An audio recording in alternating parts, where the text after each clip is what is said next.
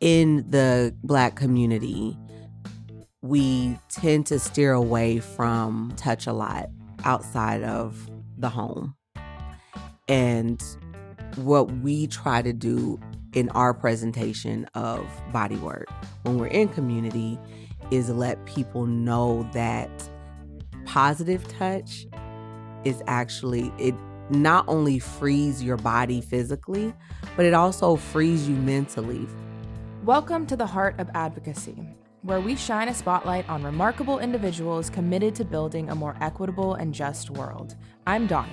And I'm Ken. We're with The Advocates, a law firm serving the Pacific Northwest. Join us as we explore the inspiring journeys of these heroes who uplift marginalized voices, serve their communities, and break down barriers to create a brighter future for everyone. Today, our guests are Deon and Carita, two massage therapists pursuing a vision of holistic healthcare that brings a number of modalities and professions together. Originally, they started with a focus on the Black community and have expanded that to be disruptors who are empowering all of humanity. The stuff that they are doing is so powerful. They really made me think differently about touch. I definitely walked away from this interview rethinking how I factor touch into my life and how I can really connect both my physical health and my mental health, and that those are actually not two separate things. They are one and the same. That's enough of us. Let's get into this great interview. Let's dive right in.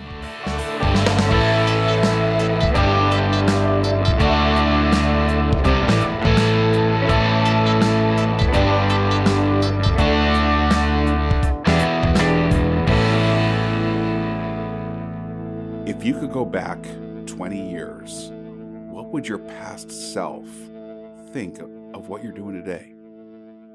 I would be 24, 25. When I was in my 20s, I didn't really want to be out in community, and I didn't care to be aware of the things that I'm aware of now. And so my 24-year-old self would not believe what I'm doing right now, would be very opposite of my 44-year-old self. So I've had a few different lives in just 44 years. And so my 24-year-old self was very selfish. Okay. Well, and that's just being honest, you know? I have to ask them, what caused the change? I was raised around a lot of advocacy. My mom, when I was very young, she worked for Child Protective Services. And so I grew up, if we were in the mall and she saw a child by themselves, she'd be like, no, she'd stop everything. Who are you here with? You know, where are you supposed to be? And so going from that, as a teenager, she worked in a lot of politics actually in the community. And then she also helped, churches. And my mom was in advocacy a lot. And I think going into my 20s, it was like, I'm tired of that. I don't know. I got into this opportunity to be grown, quote unquote, and I wanted to do what I wanted to do. And it was not really being in community. It was being more concerned with what I wanted. And though I had a heart for people and always have had a heart for people, I chose in my 20s to kind of turn a blind eye to it. So, and then coming into my 40s, actually, I recognized how I wasn't living the life I wanted to live going into my 40s. And so there was a lot of self-reflection turning 40. And in that self-reflection, it was, you're not really doing what you want to do, not at this age. And I quit my full-time job and got back into massage because I actually became a massage therapist at the age of 18. It was right out of high school. I went into massage school. So I've always had a heart to help people. It was just the superficial part of me was more prominent during that time. Do you think that your mom in any way played a part in you pursuing massage at such a young Oh, age? heck yeah. Yes. She actually told me when I was around 16, 17, she's like, you have really good hands. Hmm. And she would always have me rub on her back or, Just giving you Carita, all the my compliments. shoulders, yes. The best hands. Oh, you're so, girl, heavenly hands. And so she definitely pushed me towards massage going out of high school. Also because she was a single mom, there was no real money for college and no awareness either on other opportunities or resources. Mhm. So massage school was what she pushed me to. Yeah. So Deon, did you have a similar, was massage the first career path you took? It would have been nice if it was. Oh man. No, I didn't come into massage too much. I'm going on my third year as a massage therapist. So Wow. in the game, I'm actually quite young and or quite new to massage. So but similar to Karita, I remember rubbing my mom's feet too. Like, you know what I Yeah. mean? Like, oh, you have really good hands. And so I was introduced to touch at an early age. You know Yeah. what I mean? But my life started when I went to the military and everything else. That's kind of where I got the bulk of my growing up, the bulk of my discipline and whatever have you, and got my first introduction into medicine, and that was through the paramedic, the paramedic, EMT, Mhm. working the ambulance. So I kind of really felt love for the body from a stimulus or a trauma standpoint. So I would always go to people at their worst. So I always had this savior complex. Like, it wasn't just enough to help somebody that was well able. I wanted to help someone that was in a very bad situation and bring them up out of that. So it started from that extreme, me not being satisfied with the administrative back end of the healthcare system. When you get into the insurance and when you get into the, the cost of so many things, or the referral systems and the long wait lines and just the health illiteracy and just the huge barriers to, quality access to Yeah. healthcare. I really just saw the limits of my occupation. And it actually started as a fitness trainer solely. I was a fitness trainer. And it Mhm. was through me stretching clients I actually went to massage school. Thank you, Uncle Sam, for paying the massage school bill. And come to find out, I fell in love with massage and just helping people and whatever have you. And really felt that with our connection with running into Karita, when we find these journeys at these similar times, she's in her 40s, I'm in my 30s, and Yeah. we connect at this crossroad, and we're both wanting to take more control of our lives and definitely have the freedom and the financial independence to do so. So Yeah, to make the impact you want. yes, so Mhm. we definitely been attacking it, and through actually opening access points, how we see the need, we've helped so many people through these events, these workshops, just through the door. So yeah, kind of got me on the same path as Karita, So in we a have just different military routes. veteran, EMT, Yeah. personal trainer, massage therapist. What do databases, security operations, and massage therapy all have in common? So they all need to archive data through SOAP charting, and they all need to have a patient confidentiality and abide by HIPAA. Good old HIPAA. That's almost too easy, though. What about the actual doing of those things? I mean, there's something that tied it all together for you somehow. Well, that's one of a major key point that me and Karita really been really involved with, and we've actually teamed up with Hop Services. He goes well and beyond kind of software engineer, because we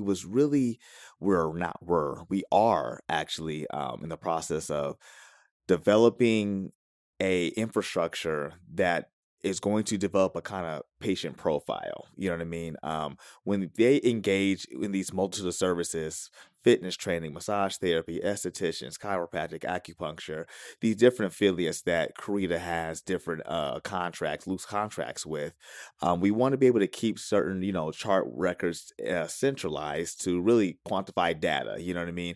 Especially if we're all taking the same vital signs, it really shows a trend of analysis that can really project a client's healthcare plan and Mhm. everything else. So with that, we wrote these concepts down and gave it to these software engineers is there a way to develop a way where it can take in all of our unique different aspects that we focus on?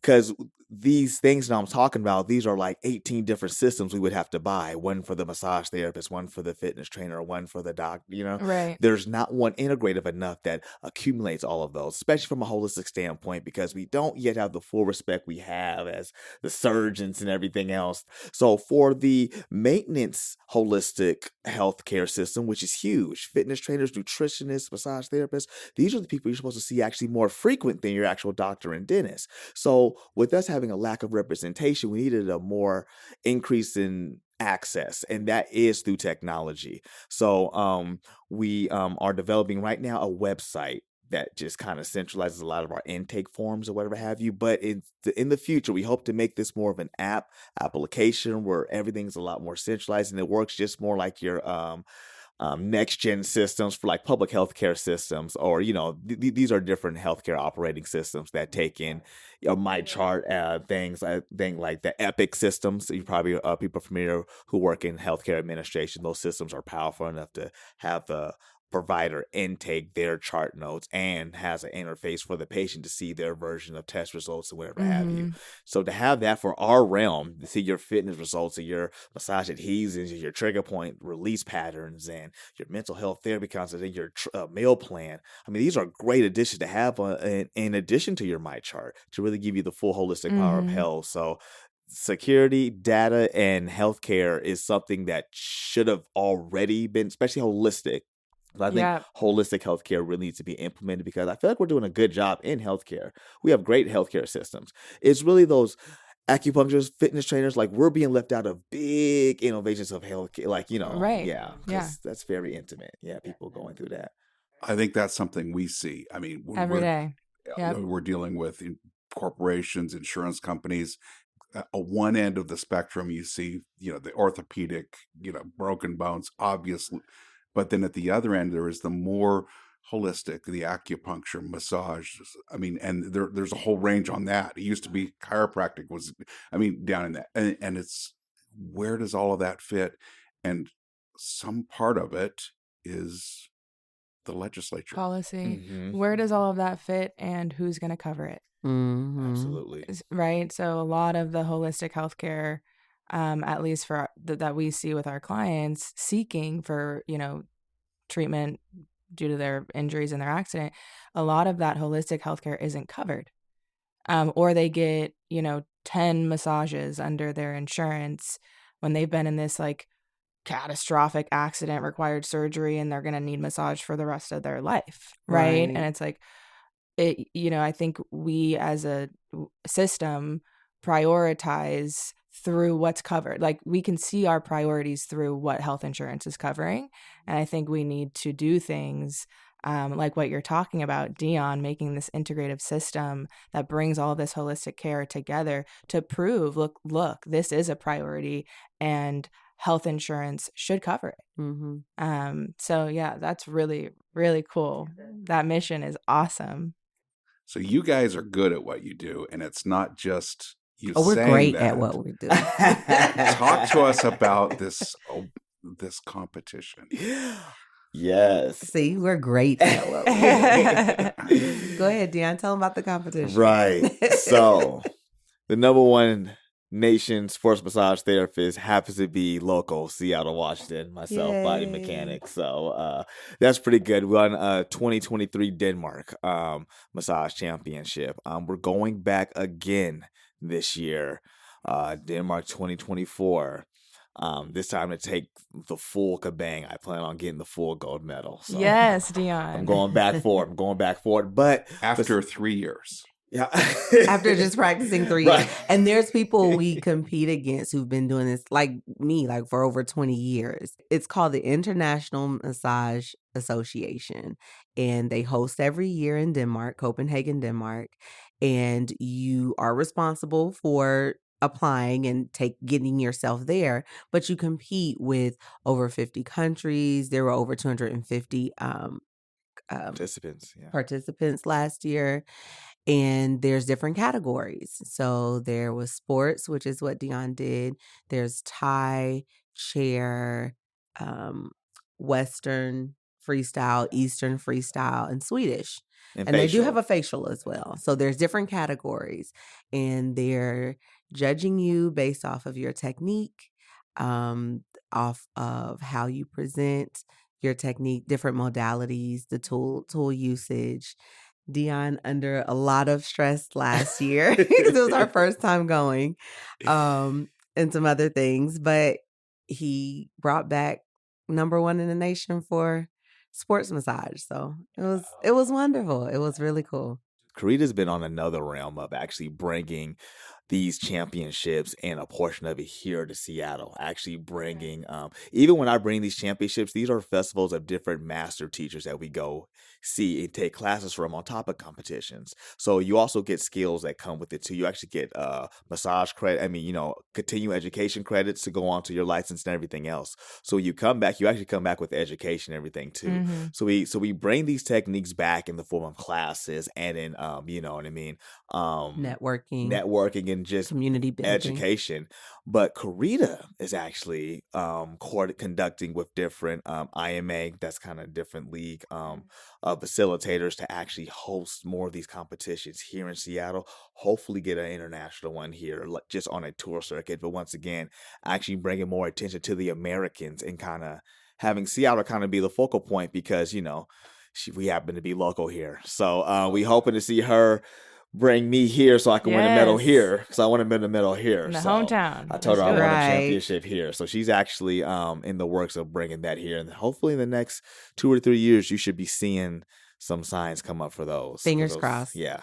So is it hard to have someone else give you I mean, they say doctors make the worst patients. Do you? Is it And hard? lawyers make the worst clients.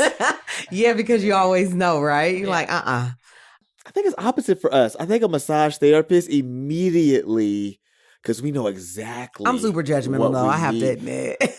We're critiquey, but I think giving. I'm very judgmental. We should be the easiest to give because we want to give. We want to receive the best. We know to receive the best, you have to allow yourself to give. Like every good massage therapist knows, you have to give the body to the therapist. But what I will say, will we be the most critical? Or like we'll probably give you the best feedback. Mm-hmm. But I think in session, we should be the best client though. I have not always been. You haven't always been. I've not always been, because I was, before I actually found Deon, because he is my therapist now, but before I found Deon, I would go and visit different places, and I really try not to tell people that I'm a massage therapist. But when they start talking and asking questions, she's like, "Listen, you don't really want to know." But when we do start talking, I sense that. Because I do energy work as well. So I can sometimes sense as well, like, okay, now they're nervous. Now this is going to be the worst massage ever. So that does happen, especially when you tell someone who just got out of school, I've been doing this for 20 years. They were like, why did you come see me? Right. Right. I can see that. Yeah. So I've not always been, but not on purpose. I'm not trying to, make anyone feel uncomfortable. Okay, let's pivot a little bit. Okay. So we were looking at your website, and you all mentioned generational trauma a few times. So I'm wondering, kind of, do you remember when you first started to feel that or recognize it, yourselves? And can you talk a little bit about that? In the Black community, we tend to steer away from touch a lot outside of the home. And with that, it's really, there comes a lot of secrets to inside homes. And I think that has to do more than just, Black community, within the Black community, as communities in general. But there's a lot of secrecy that goes on within the Black community when it comes to what happens in the home. And that kind of trickles out into community when you have 2 massage therapists out at community events touching on people's bodies. We get a lot of men, for instance, who don't want another man to touch them. You even get some women who are like, I don't want a man to touch me, especially in public.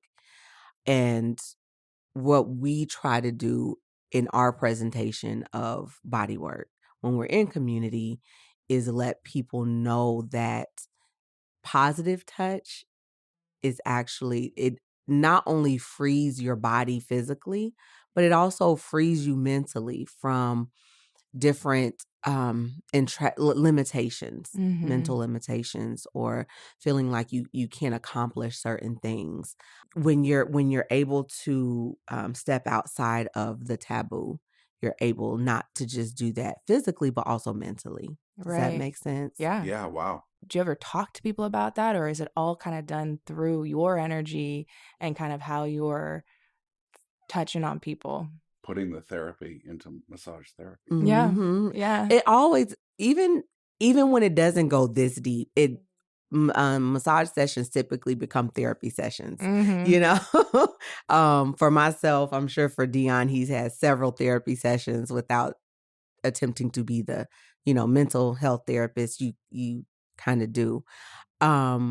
With the work that I do, yes, whenever I'm touching people, it definitely is there are conversations that come up with repeat clients that you kind of, I can't say that I'm providing the mental therapy, but I would hope so. But we also offer, through our collaborations, we offer resources. So there's the Washington Therapy Fund that we work closely with. There's other individuals who have partnered with us who we recommend to our clients as well for mental health therapy. It's almost like through the act of realizing that touch isn't necessarily a taboo, it's freeing in another way for these. That's really impressive. One thing that I found a lot in working in massage is that a lot of people, they don't realize that you are one. You're just one. Like, everything is connected. Your mental is connected to your physical. Your physical is connected to your mental, emotional, your spiritual. And through touch, we just try to tie those all in together. Well, specifically with the Black community, one needs to understand that the African community is big on, spending in either entertainment or aesthetically appearance material things that I have to brand myself as a certain status, ton of money in these industries and the clothing industry, the makeup industry, the hair industry, the nail industry, the even outside the vehicle in like all these things to appear a certain type of way. Yeah. Instead of the investments, because that's also an investment, right? But the other investment is this stuff's not cheap also. So you have two things that aren't cheap, right? This entertainment and this branding appearance wear versus the inner work, the health, the inner work, which is not, you may not look you know what I mean, right, apparent, but you got mental health, you got clarity, you have good diet, you have no knots in your back, and you lifted 300 pounds, and and a bench press. I'm just saying, if that's your goal, but all this other work, it's a different type of sale. And the fact that it's immediate pleasure. A movie's going to entertain you like that. If you get your makeup done, hair done, ooh, your hair looks good, nails look good, all this immediate stuff. And if I get you on a fitness plan, you may not get a compliment that day or that week. If I put you on a meal plan, you're not going to compliment that day, that week. If I massage you once, I'm not going to get rid of every single thing that's wrong with you that day. So we have this delayed gratification of something that does cost versus immediate gratification, but that does cost and costs. The thing about it is that it's a dual-edged sword, because it's a double cost. It's going to cost the money, and it's going to cost a lot of the energy from you that's going to decay the health. Unfortunately, with this immediate gratification of like social media and fast food and all this stuff, it's very hard to say meal prep. It's going to take you 3 hours though, and it's still expensive. One side is very transactional and the other one is transformational. It's like, which one do you want? And obviously you want both, but you can't ignore. Which one takes priority? Exactly. Yeah, I try to, like, I've been saying this motto to myself a lot lately, and it's do the thing that makes you feel good later versus doing the thing that makes you feel good right now. And it takes so much discipline and like almost permission from others, and so I think that's why, like, promoting what you're doing and assuring people that this is what you do want to invest your time in. Look at this, look Right. at these results, look at this person's transformation.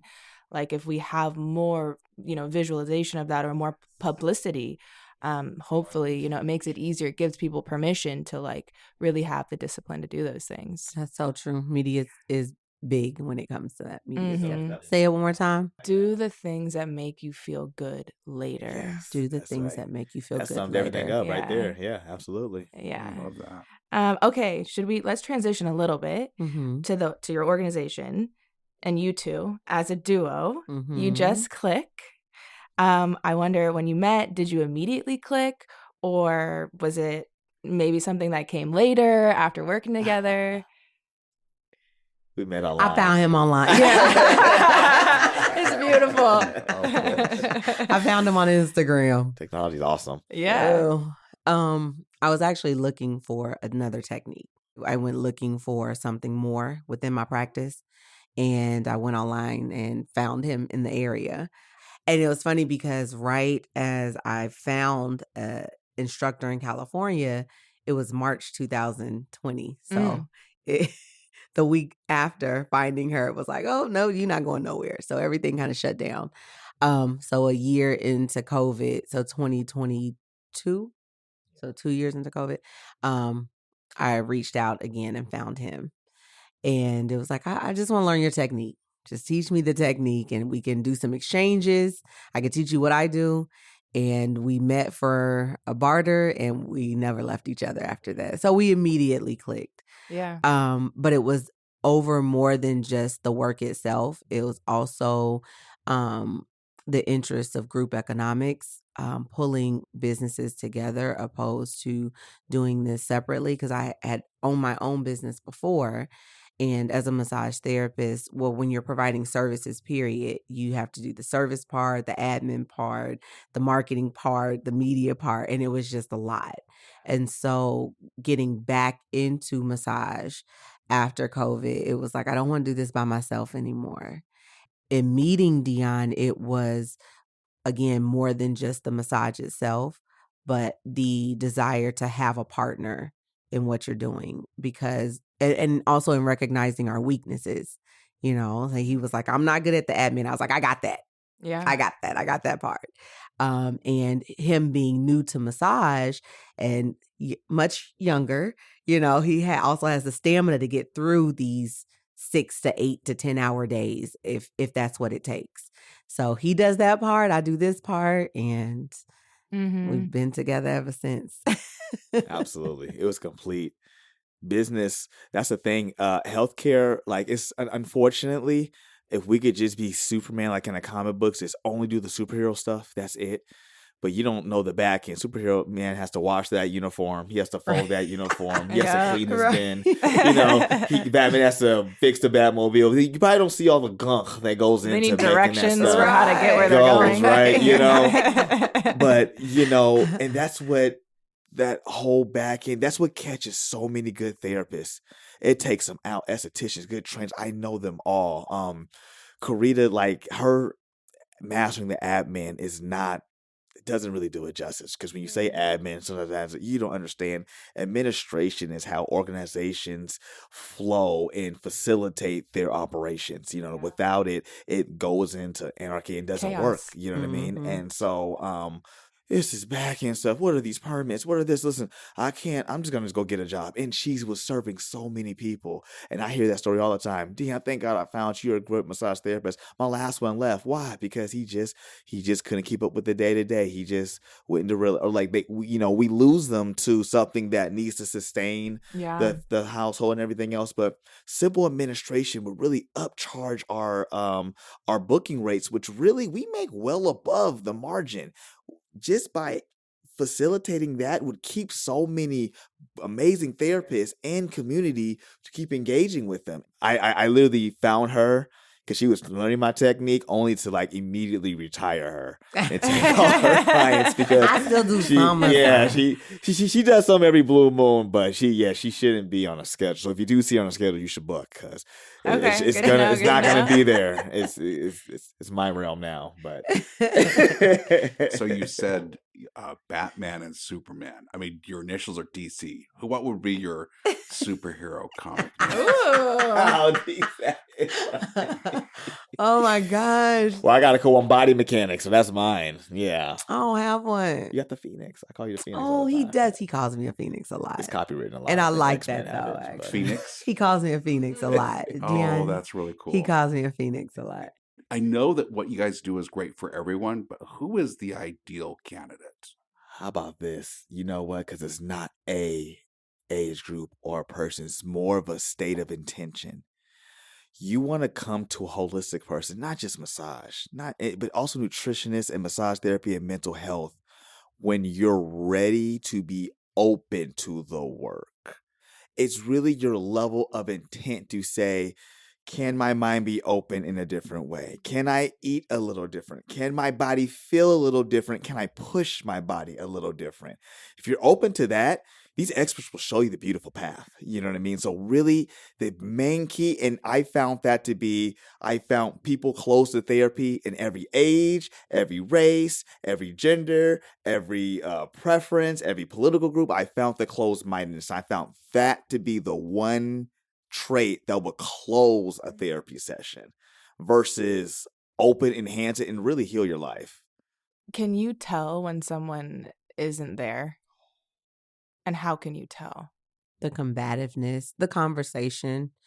When they try to teach you. Yeah. I don't like that. That hurts. Or, it's just in the conversation and in the willingness to take on direction.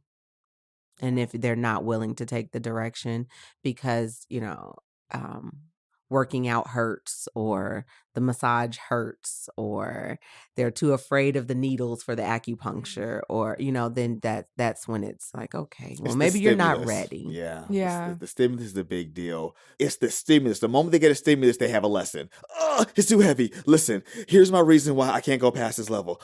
It's too nasty. Here's my reason why I can't eat this. It's too hard. Here's my reason why I can't go back and tell you about my dad.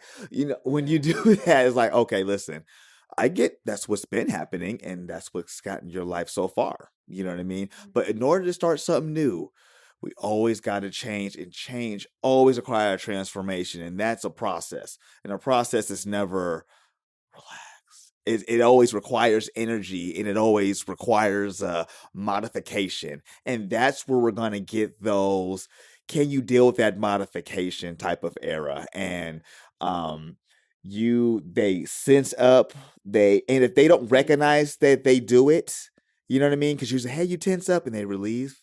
But many times, a lot of them just keep fighting it, and it's a intention to rebuke the, therapy, you know what I mean? And once again, there is no lying about it, you know what I mean? There's no fibbing. It's apparent to both the person receiving and the person giving. When you're not allowing in and I'm not being allowed in to enter, we both understand it. It is no misunderstanding. And that's one of the few things that you guys can get up from a session and walk away without talking and know if you will see each other again or if you will see each other again. Like, it's one of the few things because, or will or will not, right? Because you know what I mean? So it's one of those things where, it's the energy. Big, and Carita's huge on energy and everything else. So I'm sure that you probably feel it probably when you come in the door. But for me, I feel it when they're mid-table. So. This is tough. From the business side of things, how do you market to that target? Our target market has changed. Not drastically, but it's more your approach to the person who's booked the appointment and the intake forms and the asking of the questions. Our approach changes one-on-one opposed to a marketing. Does that make yeah? Oh, it makes total sense. Yeah. People never remember how good the massage. I mean, they will, but they're never going to remember technically how good it is, but they're going to remember how it felt to be all the way through, just meeting with you Right. guys. And Right. The conversation, Mhm. the questions that you ask, how aware you are of their energy when they come in and how I'm talking to you, and would you like water after this, and do you have any questions in the follow-up? That's where that's what starts to change. So you're still marketing and targeting everyone, your target market per se, Mhm. but it's how you treat them when they walk through the door. That's the part that tends to change and shift a Mhm. little bit. And Mhm. the stubborn ones get caught in by word of mouth. So if you get all the other ones in, the stubborn ones that rebuke it, they're around the same community that we're serving. So the word of mouth and their trusted community, because sometimes they just don't trust a doctor. They don't trust a dentist. They don't trust a car salesman. They only trust their neighbor. They only trust their son, their daughter. Now, you may not have gotten Mr. Johnson, but you've gotten the wife, you've gotten the daughter, you've gotten the niece, Mr. Johnson who gonna eventually come in. eventually, they saw my shoulder, they did this. All right, let me give them a chance. And there's been clients that I've seen their wives or their husbands for Mhm. years, like really a year or two, Mhm. and they are just now seeing me, and they are my faithful clients to this day. You know what I Yeah. mean? And it just took them a minute. I just got tired of her just saying your name all the time, so I'm just here to see what the Yep. big fuss is. Came in not to like me, and books me all the time. Yep. Those are our funny. favorite I clients to love get them. to. Like the The family stubborn ones. members of the clients we've served before. It's a validation of service, Mhm. right? That is true. It's like you're Yeah. not just, coming in the door because you liked my website or whatever it is, you liked our ads. Like somebody experienced what we can do and they love you and they still told you to come to us. So Yes. I That's love true. those Those clients, are the even if they best. can be difficult. Yeah. so tell us about community events. What do you do? Has it changed? Community events are fun. They're a lot of work, but they're fun. Yes. We amp it up this year for them. Yes. So a couple years ago, 2 summers ago, we decided you don't always get the people walking through your door, so you have to take it to them, right? So we decided to start doing community events, especially in the summer. You know how summer activities amp up in Seattle as soon as the sun comes out. So we were like, let's go to the people. Let's take it to the people. So we started popping up tents We're and collaborating with some of your biggest organizations, Bill, the Marvina Thomas Network, Langston Hughes, Africa Town. Africa Town, the Islamic Tacoma Center. We are, just to name a few, we are linking up with a lot of their already scheduled events. The YMCA, you're bring them up in, at different health fairs, different block parties, different basketball tournaments, going back to school fairs, all the way from, once again, school end date to school start date, and that whole summer in between kickoff. Yes, we're going to be bringing sports massages, hopefully our other pals in holistic care, such as chiros, massage therapists, and nutritionists with us, mental health professionals, all our partners there to really open up the barriers to these community activities. So we're going to where everybody else is already going for the fun. Remember what I told you this whole podcast? We are competing with fun. Self-care is competing with fun. You're watching the TV all day. You're going through the social grams all day. You're going to the restaurants. We need you to go to these doctor's appointments, these fitness trainers, just a little bit the same. So we want to take it to where they're already going to show the entanglement. Like, hey, have it all. Go to the gym and go here, then hit a nutritional appointment, and then go to the movies this weekend. But maybe you don't hit the movies every weekend. Maybe you hit the movies once a month and hit your mental health therapy session. You know what I mean? Maybe you just do it in moderation, right? Right. You don't want to say no to the stuff now, but you want to say yes to some of the stuff later too, Well, we started with the past. Let's look a little into the future. What is the work going to do to change things? Tell me what you're doing and how it's going to affect things more on a big level, not just for you guys personally. We're going to, with our movement growing the way it's moving and growing the way it's growing, is going to lower misdiagnosis and lower prescription levels, I believe. You do That's the not goal. understand how many times we go to the doctors with things we can solve holistically and how much we take prescription wise what we can solve nutritionally and with lifestyle change and detoxing from something.